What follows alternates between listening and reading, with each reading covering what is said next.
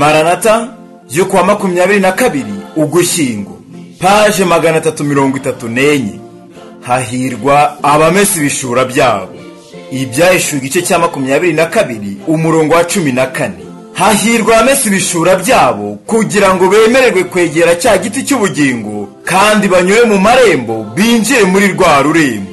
Mbese bwa nyuma twiteze kugera mu ijuru maze tugafatanya n'abaririmbyi bo mu ijuru.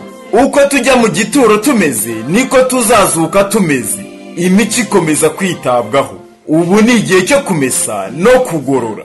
Yohana yabonye intebe y'ubwami bw'Imana, kandi iyo ntebe yari ikikijwe n'inteko y'abantu, maze abaza abari bo. Arasubizwa ngo aba ni abamesha ibishura byabo babyezesha amaraso y'umwana w'intama. Ibyahishuwe igice cya 7 umurongo wa 14. Kristo abayobora ku isoko y'amazi y'ubugingo, kandi hari n'igiti cy'ubugingo n'umukiza w'igiciro cyinshi.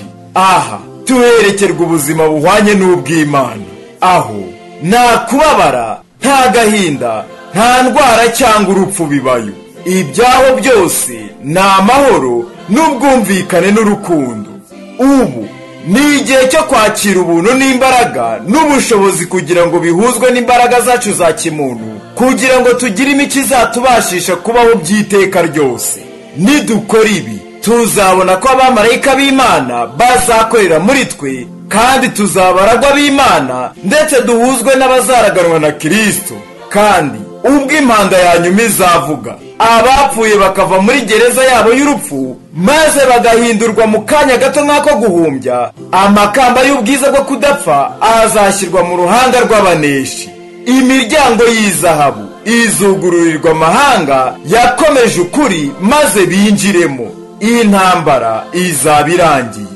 Nimuze mwebwe abo Data yahaye umugisha, muraga ubwami bwabatunganirijwe uhereye ku kuremwa kw'isi.